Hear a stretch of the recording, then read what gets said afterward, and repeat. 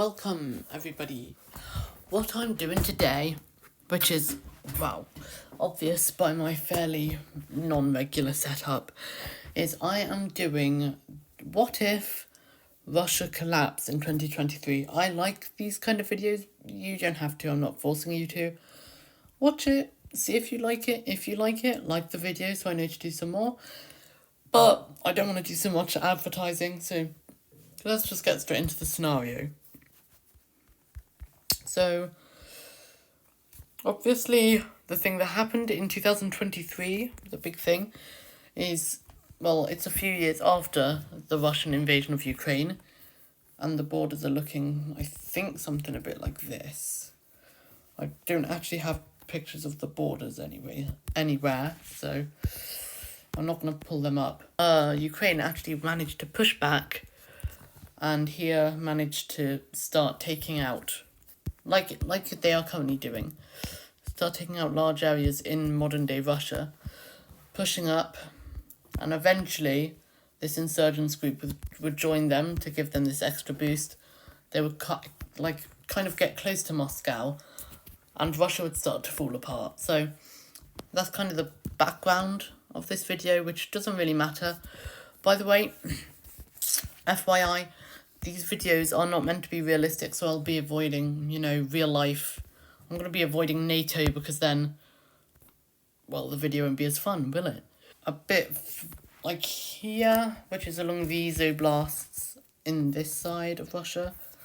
Anyway, yeah, so it would break off here.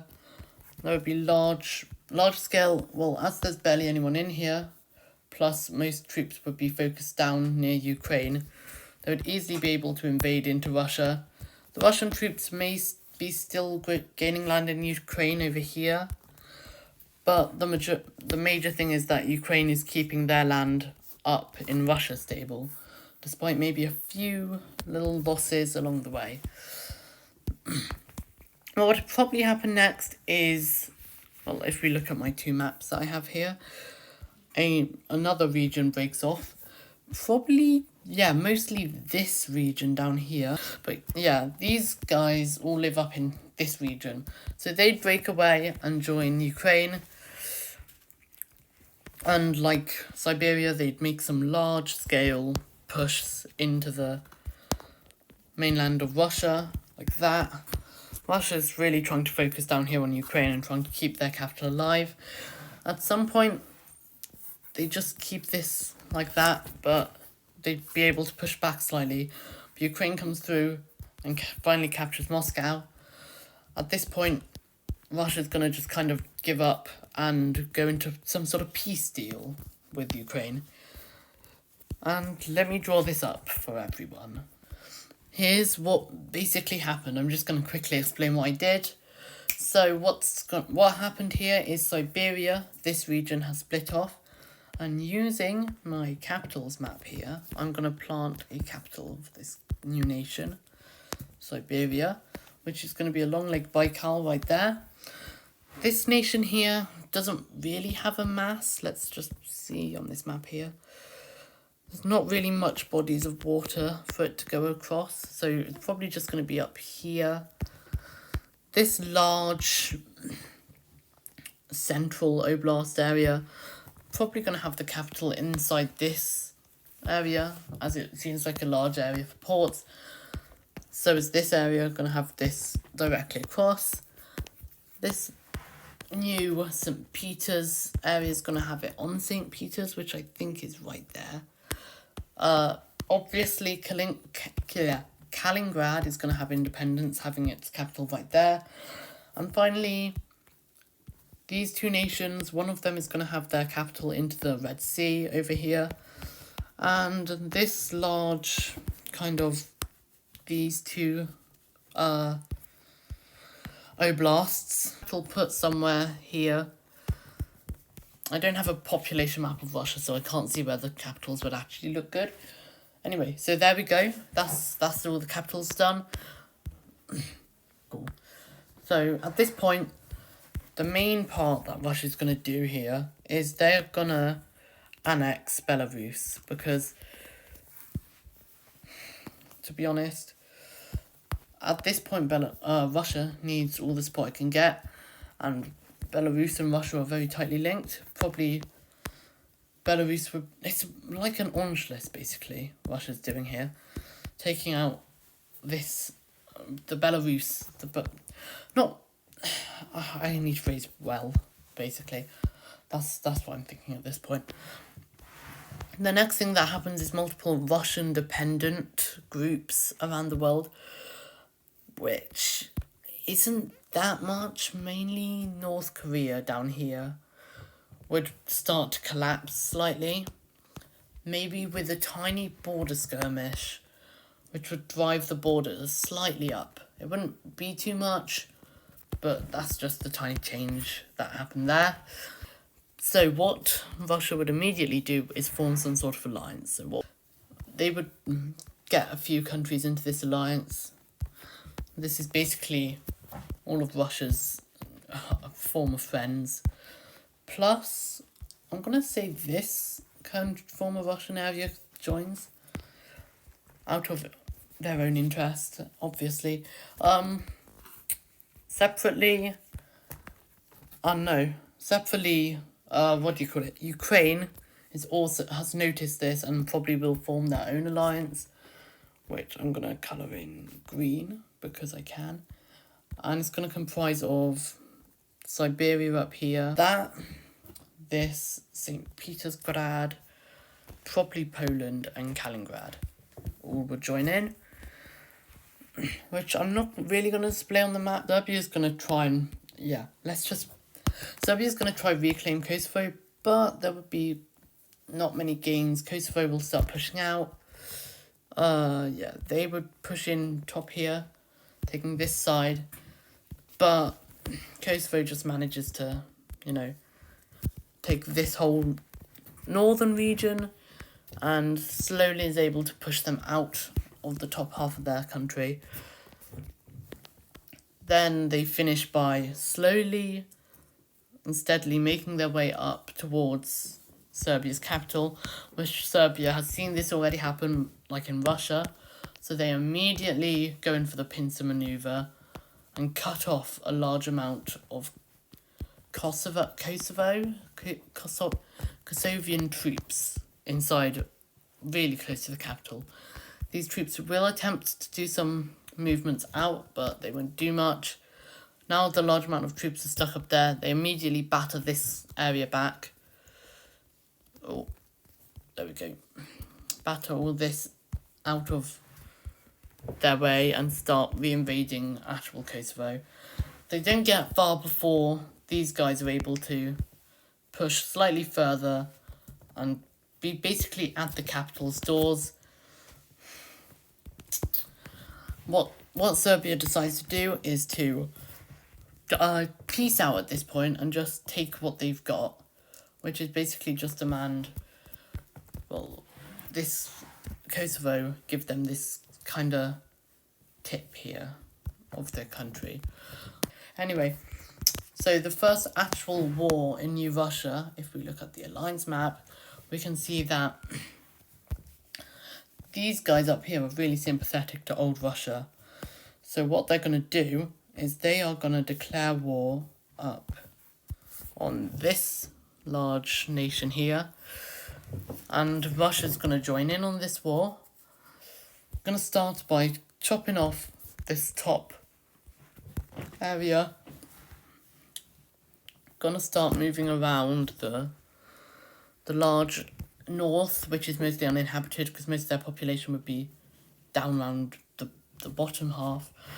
They would also make a few pushes down here, so they slowly make their way in, and here they call for the alliance, which is, as far as I'm aware, the Green Alliance, to join in on this, which would be most of these countries and this guy. So they're going to push in across this section down here, and they're also going to push up here with the help of Poland, who is also in this alliance, so they get in here. Wow, I carry on forgetting people in the alliance. They push down into the top halves of Russia, but most of this area is just the populated area. So there's going to be barely any. There's going to be a lot of military over here as they're attacking this country. There's going to be a lot of population who don't want to lose Russia, their country, over here. And there's going to be not many people over here as of right now until, well, a lot of Belarusian people who want to become independent again. So what's going to happen is most of former Belarus is going to join in the Blue Alliance. Red team finally, or the attackers here, finally push in. Then they start making another move to try and capture this area where they're getting troops. There's going to be large barracks more in the centre of the country, which they're going to then move out towards the capital to defend. And it basically just becomes this country versus this country and its allies. So they immediately push back up. Russia's like, fine, they peace out, which doesn't go unconsequented for them. That's why I'm keeping the blue lines there. The red team continues the push and manages to capture all this lower half before they're like, fine, we'll peace out along with Russia. So they peace out here. Oh, peace out. And then let's look at some sort of border change, the changes in the map. So as you can see, what happened is, well, Russia's got independence back here. There's a bit more land for the St. Petrograd state. They took a large chunk of this country's area, which is fine. Because, I mean, I don't know if you've realised, but I haven't mentioned the US once, and now I will. So, this whole time US has been gearing up for a plan, which is basically they want to take back over Russia, which is this area, and any Russia sympathising areas, which should be these countries. So these two countries, and yeah, probably just those two countries, versus America, and because America needs a tiny bit of help in this, because it's quite a big scale invasion. Ukraine, this country, former Belarus, or a bit of Belarus, Kaliningrad, this country, large Siberia over here, and South Korea. And now South Korea joining the war starts making then the North feel a tiny bit scared, because they're like, oh crap, are they going to plan to invade me? And then they join. So it's basically these three versus these lot. But hold on the phone here, please. Because then all of a sudden, China will also jump in because they want to protect North Korea as some sort of buffer state between them and South Korea. Mongolia's going to jump in here. And so is going to jump in on the blue side. This large country up here is going to jump in on the red side. Despite not having any form of alliance, they kind of want to take over this lower country here. And it would be in their interest to join the Reds, because the Reds have a good chance of winning. Joining, for some reason they have a mini city up there, which I don't know about.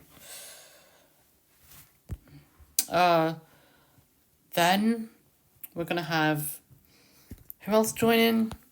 As a final member, probably going to be these guys, and then these two are going to join in against them. At this point, it's going to be quite a large-scale war, so let's jump into it. The immediate thing you notice is that, boom, all lines around Russia here have been captured. And so has most of this side, which is really good for the Team Blue.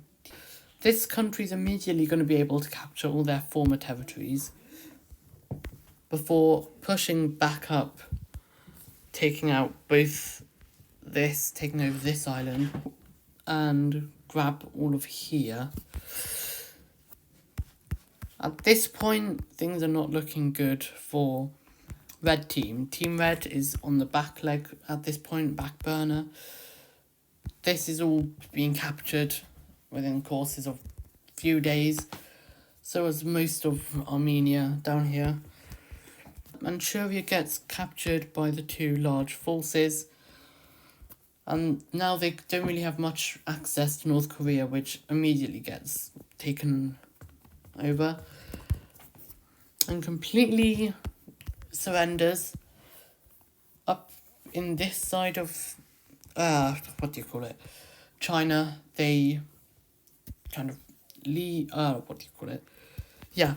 take over. They take over most not populated areas, especially up here near Nepal. They land on this island, take this, then they take this over.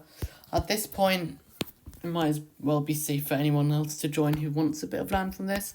Taiwan joins, makes their first naval landing in this region. Macau and Hong Kong both get captured easily from the Chinese. And at this point, China just has to kind of protect this section here. Doesn't go well. There's a landing over here at Nanjing, I think. Then they start pushing around. Take most of this area is all the industrial area in Japan. So China even, wow, I'm bad at words. Then boom, the capital is taken, and the rest of China falls. They also have a few more people joining on their side, not because of they want to support one side. It's more like they have their own self-interest, and this very beaten down Russia could be a very easy way to get their interest. So these countries over here will, and the neighbouring countries feeling kind of threatened, will join in on some alliance here. Except North Macedonia. North Macedonia won't join. Lovely. Red versus blue time. Let's hit it. So, immediately Moscow looks like it's about to be captured. But, as we all know, Russia does have nukes, and those nukes can be close to Moscow. What Russia does is it sends one missile and lands directly. Ukraine's like the head of this line, so say they land it somewhere over here, which I'm going to colour in green. Nice irradiated green so we can see what they've done. It won't be that big, it'll just be like this much. But the effect still remains, and people are forced to kind of back off by America because they do not want to get nuked. They managed to reclaim a vast amount of their previously held territory via this one little simple move. And then they eventually expand back into their original territory, and now they're able to really kick this up a notch. India is going to move through these top mountain ranges and also meet up with their other troops over here. They're going to finally push down through the back of Pakistan now, which may be battered by Afghanistan, but there is going to be some very, not strong, but capable troops up here from these countries. They're going to be able to capture the capital of Pakistan. Pakistan's mostly going to just capitulate at this point, just join in. Join in the blue team. Afghanistan immediately gets chopped up there. Then there's going to be a large naval invasion down this sea to capture this entire area. Plus, there's going to be large land invasions across all of here, so they can all assist in invading Iran. Iran gets mostly fully captured, and then the attacks from the back of Turkey and the attacks from the front of Greece all come through. They manage to get to Istanbul here before they make the move of sending ships over to the Anatolia, I think, area. They also sent boats from Crimea up here to the north of Turkey, where they pushed down into Ankara, and at this point, we're going to leave that for a second and come back to it. North Macedonia is being clowned upon by literally all other sides. They immediately take out. Then there's a very strong, successful Red invasion, which captures that area, and Red really starts to ramp up by invading into Romania, which is not very good news. They take out most of Romania over here, and they start actually fully going into, I'm pretty sure it's Bosnia and Herzegovina. Boom. Bulgaria has also been captured. Well, Sofia has been captured. When a country's capital is captured, I usually just say they fall over to the dark side, or whichever side they're fighting. Serbia's getting pushed up. So is this area. I'm pretty sure it's I forgot the country's name, really.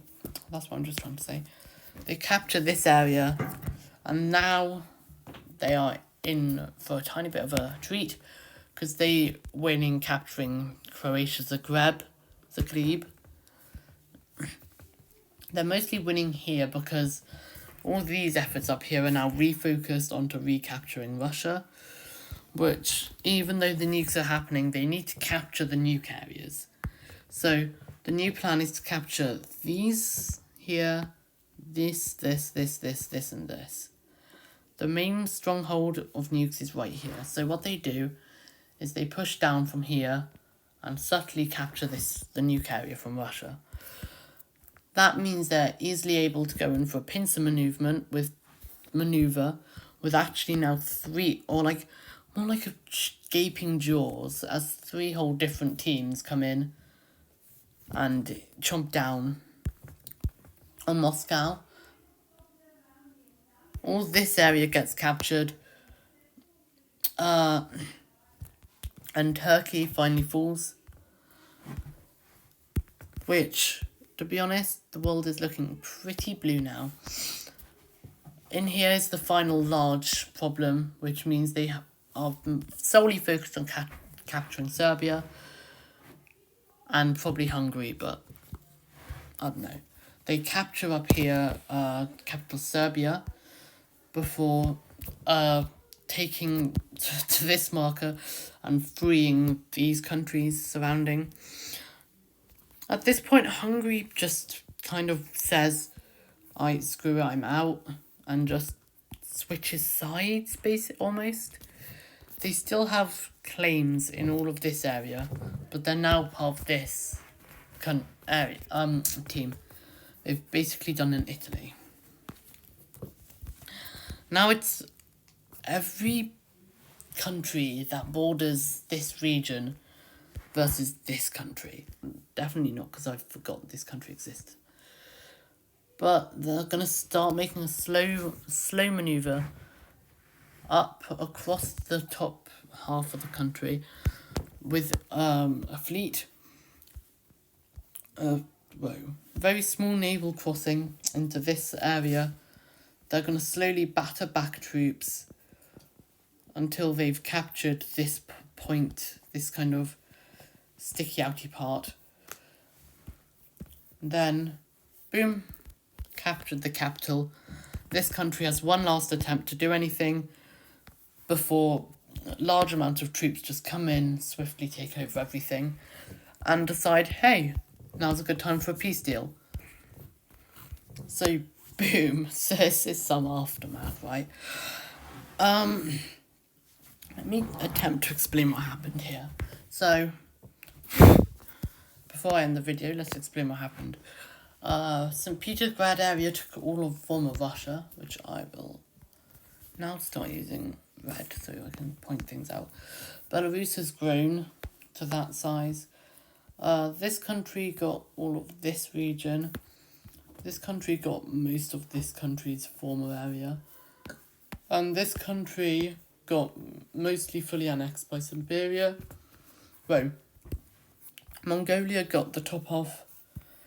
There's still a bit of North Korea, but it's not much North Korea more than its own independent nation now. China's been completely flattened. Taiwan has this area. There's like a large mountain nation called, I think, Nepal. This area of China, the more rural areas, have become independent. India's taken a bit of the top of Pakistan.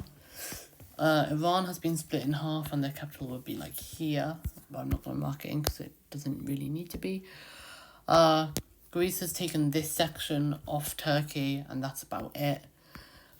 Wow. Kosovo took this area. Hungary took this area. But, just to make it a fair trade here, hold on. We're going to give Romania a bit of Serbia, which will be very fair because that's all they've ever wanted in life, Serbia. Yeah, anything else interesting happened? Oh yeah, this area got given to this country, which I forgot the name of literally as soon as I was about to say it. Nothing has really happened to Afghanistan except I don't think anything actually happened. And just before we end this video, I've got one more thing to say. Subscribe, and I'll see you next time. Bye-bye.